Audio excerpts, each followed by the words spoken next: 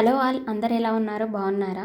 ఈరోజైతే నా morning day చెట్లతోనే మొదలైంది. అంటే ఈరోజు అని కాదు, నా డైలీ చెట్లతోనే మొదలవుతుందన్నమాట. ఎందుకంటే కొన్ని ప్రాపగేట్ చేసేటి ప్లాంట్స్ ఉన్నాయి కదా, వాటర్లో వేసినవి. వాటికి వేర్లు ఎంతవరకు వచ్చాయని చూస్తూనే ఉంటాను. వేర్లు రావడం స్టార్ట్ అయ్యాయనుకోండి, ఆ ఆనందమే వేరు. సో ఇక్కడైతే ఈ బీటల్ లీఫ్ బాగా పెరిగిపోతుందన్నమాట. సో ఎప్పటికెప్పటికి కట్టేయాలి కదా, అదే ముడి వేసేయాలి కదా పైన చివరికి. అందుకని ఇక్కడ ముడి వేసేస్తున్నాను. తర్వాత తమలపాకు కొమ్మలు ఇంకొన్ని తీసుకొచ్చుకున్నాను వాటర్లో ప్రాపగేట్ చేయడానికి. ఎందుకంటే ఇంటికి తీసుకెళ్దామనేసి అనుకున్నాను. ఇంటి దగ్గర మా అమ్మ వాళ్ళ ఇంటి దగ్గర చాలా ప్లేస్ ఉంటుందన్నమాట. అక్కడ చెట్లు వేస్తే బాగా గ్రో అవుతాయి. అందుకే తీసుకెళ్దామనేసి తెచ్చుకున్నాను.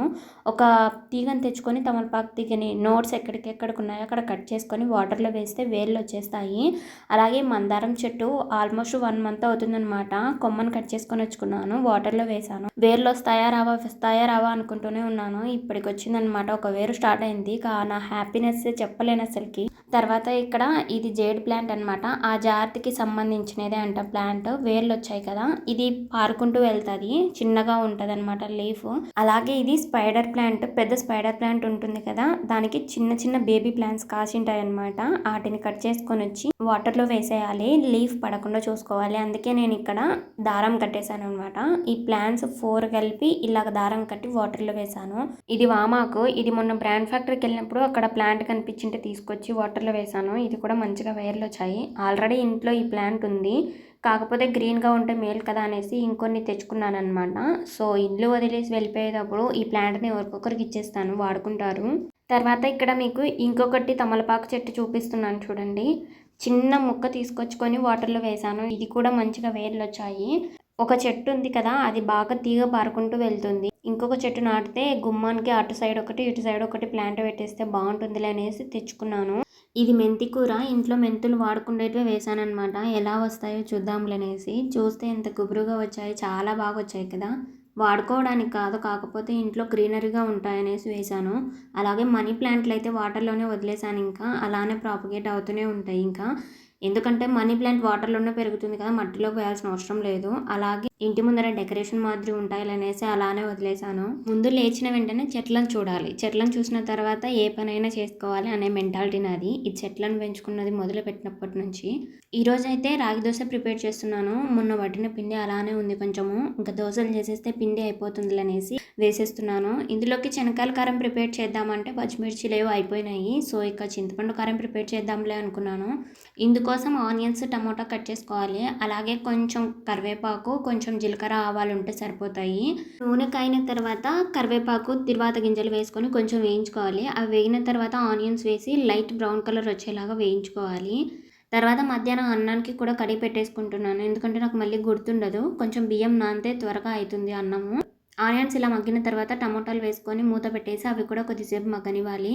ఇక తర్వాత నైట్ కడిగిన సామాన్లు ఉన్నాయి, అవి అయితే సర్దుకుంటున్నాను. ఒకవేళ అలానే ఉంచుకున్నాను అనుకోండి, మా ఆయన టిఫిన్ చేయడానికి వచ్చినప్పుడు ఒక స్పూన్ కనిపించకుండా ఎక్కువ ఓవర్ చేసేస్తాడు, ఒక ప్లేట్ కనిపించకుండా ఓవర్ చేసేస్తాడు. సో అందుకే తనతో మాటలు వినిపించుకోవడం ఎందుకులే అనేసి సర్దుకుంటున్నాను.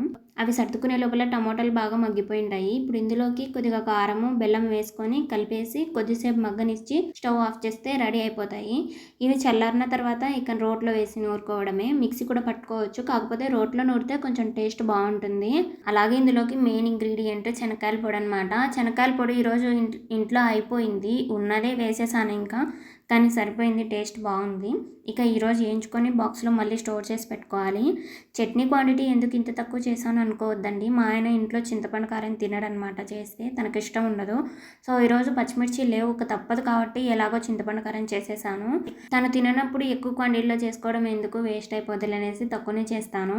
అయినా ఈ మధ్య సర్దుకొని తినడం అలవాటు అయిపోయిందిలేండి. ఒకవేళ వేస్ట్ చేశాను అనుకో, ఎందుకే ఇంత వేస్ట్ చేస్తావు, నీకు ఎలా మనసు వస్తుంది అంటాడు. సో అందుకే ఇంకా ఎంత కావాలో అంత ప్రిపేర్ చేసుకుంటాను వేస్ట్ చేయకోకుండా. అది కూడా మంచి అలవాటేలేండి.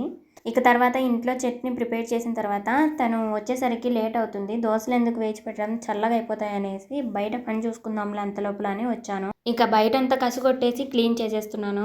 ఎందుకు ముందే క్లీన్ చేయడం, తను ఆఫీస్‌కెళ్ళాక క్లీన్ చేసుకోవచ్చు అనుకుంటారేమో. కాకపోతే తను ఆఫీస్‌కెళ్ళేటప్పుడు షూస్ ఏసుకుంటాడు. ఇక్కడ చిన్న మెట్టు ఉంది కదా! అక్కడ కూర్చొని షూ ఏసుకుంటాడనమాట సారు. నిన్న వేసిన ముగ్గు చాక్ పీస్ పాయింట్‌కి అంటుకుందనుకోండి, "ఎందుకే ఇంత పెద్ద ముగ్గు వేస్తావు" అంటాడు. సో, అందుకే తను వెళ్ళే లోపల క్లీన్ చేసేసుంటే ఏమనకుండా ఆఫీస్‌కెళ్ళిపోతాడు సైలెంట్‌గా. అందుకే ముందే క్లీన్ చేసేస్తాను. కొన్నిసార్లు బయట క్లీన్ చేయడానికి టైం లేనప్పుడు, తను తొందరగా ఆఫీస్‌కెళ్ళాలనుకున్నప్పుడు ఇంకేం చేస్తామని అలానే వదిలేస్తాననమాట క్లీన్ చేయకుండా. తను ఆఫీస్‌కెళ్ళిన తర్వాతనే క్లీన్ చేసుకుంటాను. ఇక తర్వాత తను ఫ్రెష్ అప్ అయ్యే లోపల దోసలు వేయాలనేసి ముందే బయట బండలు కడిగేటప్పుడే స్టవ్ ఆన్ చేసుకున్నాను. ప్యాన్ వేడెక్కుతుందిలే అనేసి. ఇక తర్వాత దోసలేసేస్తే అప్పటికప్పటికి వేడి వేడిగా ఉంటే తింటారు కదా అనేసి వేడి వేడి దోసలేసేస్తాను. తర్వాత మా ప్రణయ్ లేచాడనమాట. లేచి ఈరోజేమో ఏడ్చలేదు అమ్మ కావాలని. వచ్చి పైన కూర్చున్నాడు ఇంకా. Love you. మా ఇంట్లో అన్నీ తొందరగానే జరిగిపోతాయి మార్నింగ్ టైము. తను ఫ్రెష్ అప్ అయ్యి రావడము, తను వచ్చే లోపల దోసలు వేసి ఉంచడము. ఇక ప్రణయ్ కూడా అప్పుడే లేస్తుంటాడు కొన్ని సార్లు. ఇక ప్రణయ్ కూడా అప్పుడే లేస్తాడు మోస్ట్లీ. ఒకవేళ లేట్ నైట్ పడుకున్నాడు అనుకోండి, మార్నింగ్ లేచేసరికి లేట్ అవుతుంది. అలా కాలు ముందు పెట్టు.